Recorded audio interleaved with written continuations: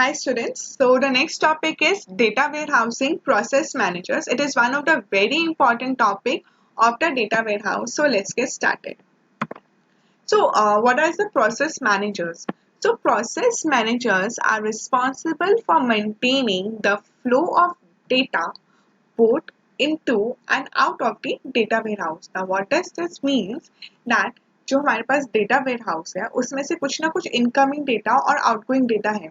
Incoming data जो extracted होता है हमारे पास कहाँ से डेटा वेरियस डेटा सोर्सेस से, और जो आउटगोइंग है ऐसा ना आउटपुट जो हमारे पास शो होता है. तो जो बोथ इनकमिंग एंड आउटगोइंग जो डेटा है हमारे पास डेटा वेयर हाउस को उसको कौन उसका स्मूथ फ्लो हो उसका रिस्पॉन्सिबिलिटी किसका है? हमारे प्रोसेस मैनेजर्स का. And we have three different types of process managers. So first one is the load manager, second one is the warehouse manager, and third one is the query manager.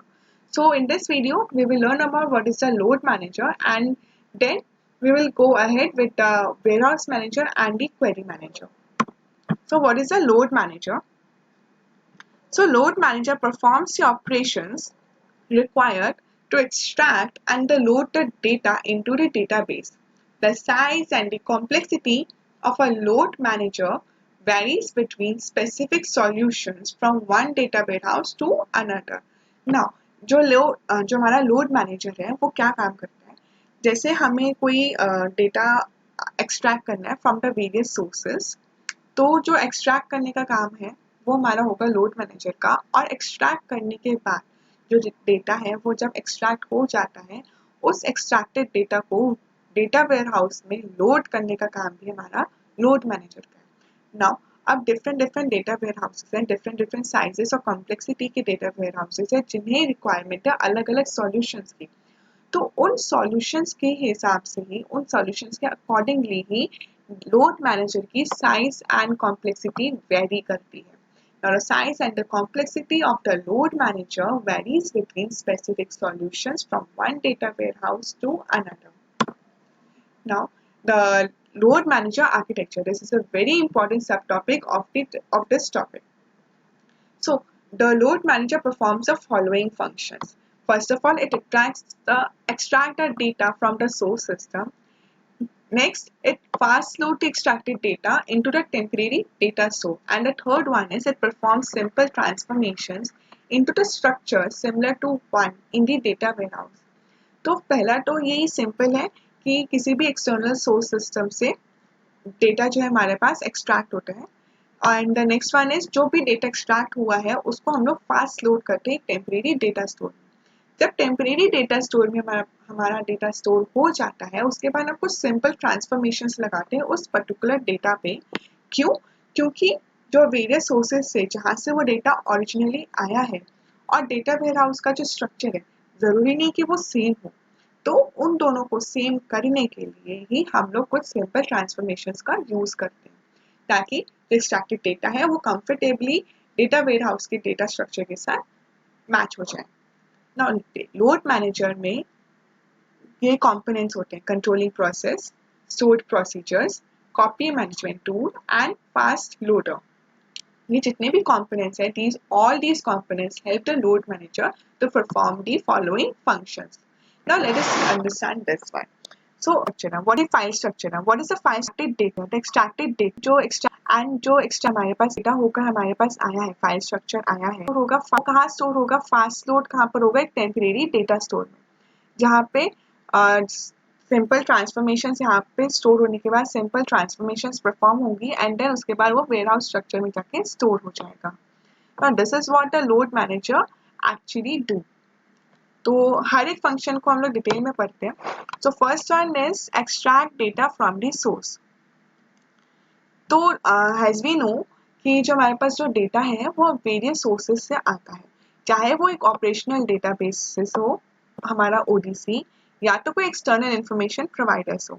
अब there are some application programs that are used to extract the data, and these application programs are known as gateways. And these gateways are supported by underlying DBMS, which allows the client programs to generate some SQL queries so that the data can be extracted from the various sources. Okay, and gateways जो है वो कुछ हमारे पास application programs थी And what are these application programs which are known as gateways? वो ये है ODBC. We can use ODBC as a gateway or a JDBC as a gateway. ODBC, Open Database Connection, and JDBC, Java Database Connections, right? Next one is fast load. Now, in order to minimize the total load window, the data needs to be loaded in the warehouse in the fastest possible time. अब fast load का structure जो इसका procedure है वो ऐसे समझो, जब हमारे पास जैसे बहुत सारा डेटा आया, एक्सट्रैक्ट हुआ, अब उसको फटाफट उसका लोड विंडो मिनिमाइज करना है हमें, तो हम क्या करेंगे, विंडो को मिनिमाइज करने के लिए हम फटाफट हम लोग लोड करेंगे डेटा को एक टेम्परेरी डेटा स्टोर में, राइट? तो जितना जल्दी पॉसिबल होगा हम उतना जल्दी उसको लोड करेंगे, एंड वो कौन लोड करता है? Fast load. अब जब हमें सिंपल ट्रांसफॉर्मेशंस भी परफॉर्म करनी थी, राइट?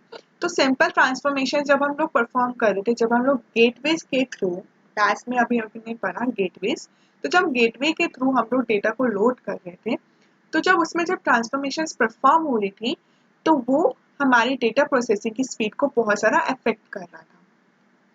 तो उस चीज को अफेक्टिव बनाने के लिए, ट्रांसफॉर्मेशंस की जो स्पीड जो अफेक्ट हो रही थी, जो डेटा प्रोसेसिंग की जो स्पीड अफेक्ट हो रही थी, वो ऐसा ना हो, हमारे पूरे प्रोसीजर को और इफेक्टिव बनाने के लिए एक नया एक ऑल्टरनेटिव मेथड निकाला गया, and that alternative method what does कि वो क्या करता था, जो डेटा जो एक्सट्रैक्ट हुआ है उसको एक रिलेशनल डेटाबेस में स्टोर कर देता था, जो हमारे पास होता था टेम्परेरी डेटा स्टोर।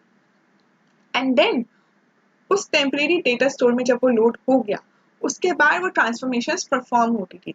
इससे एक चीज हुई कि जब हमारे पास इनिशियली जो डेटा की जो लोड विंडो थी वो हमारी मिनिमाइज हो गई, और वो डेटा जो है वो फटाफट विदाउट एनी ट्रांसफॉर्मेशन एक टेम्परेरी डेटा स्टोर में स्टोर हो गया।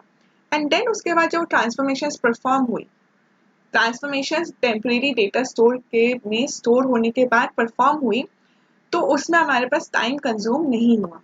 तो गेट ऐसे इस पूरे प्रोसीजर में क्या होता था, जो गेटवे था, जो गेटवे टेक्नोलॉजी थी, वो सूटेबल नहीं थी, बिकॉज जैसे ही कोई लार्ज डेटा वॉल्यूम्स आता था, उनका जो स्पीड होता था वो स्लो हो जाता था।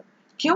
क्योंकि वो पहले ट्रांसफॉर्मेशन परफॉर्म करते थे एंड देन जाके उसको स्टोर करते थे। बट फास्ट लोड क्या करते हैं, पहले उसको टेम्परेरी डेटा स्टोर में डेटा को स्टोर करता है एंड देन उसके बाद ट्रांसफॉर्मेशन परफॉर्म करता है। इससे फटाफट लोड भी हो जाता है, लोड विंडो भी कम होती है और टाइम भी ज़्यादा नहीं लगता। Now comes the last function, that is the simple transformations. So while loading, it may require to perform some simple transformations. After completing simple transformations, we can do complex checks. अब इसमें है क्या actually, जब हम लोग कोई भी data source से हम लोग कोई भी डेटा एक्सट्रैक्ट करते हैं, तो उसका स्ट्रक्चर डेफिनेटली डिफरेंट होगा हमारे डेटा वेयरहाउसिंग के एग्जिस्टिंग स्ट्रक्चर से। तो जो एक्सट्रैक्टेड डेटा है, जाहिर है उसका स्ट्रक्चर भी डिफरेंट होगा, क्योंकि उसका ओरिजिनल डेटाबेस का स्ट्रक्चर डिफरेंट था। अब जो डेटा एक्सट्रैक्टेड हुआ है उसको डेटा वेयरहाउस के स्ट्रक्चर से सिमिलर बनाने के लिए हम लोग कुछ ट्रांसफॉर्मेशंस परफॉर्म करते हैं। कैसी ट्रांसफॉर्मेशंस परफॉर्म करते हैं? Let us take an example. Suppose we are having some sale transactions and we have to need to perform following checks. इसमें क्या कि जो भी हमें कॉलम्स, सपोज हमारे पास एक सेल ट्रांजैक्शन का डेटा आया, अब उसमें कुछ एक्स्ट्रा कॉलम्स थे जो हमारे डेटा वेयरहाउस में नीडेड नहीं है, तो हम उन एक्स्ट्रा कॉलम्स को क्या करेंगे, स्ट्रिप आउट कर देंगे, बिकॉज एडिशनल डेटा हम लोग स्टोर करके क्या करेंगे, कुछ नहीं चाहिए हमें एडिशनल डेटा का हमारे पास कोई यूज नहीं है, तो हम उस सारे कॉलम्स को हम लोग स्ट्रिप आउट कर देंगे। एंड देन उसके बाद जो हमारे पास डेटा वैल्यूज जो बच जाएगी उसको हम लोग रिक्वायर्ड डेटा टाइप्स में चेंज कर देंगे, convert all the values of the required data types. So strip out all the columns that are not required within the warehouse and convert all the values to the required data types. This is particularly an example of the simple transformations कि अगर हमें कोई data structure मिला, उसका structure different है, then we have to perform some transformations in order to make it similar to the structure what we have in the data warehouse. So if you like this tutorial, do comment, like, share and subscribe. Thank you.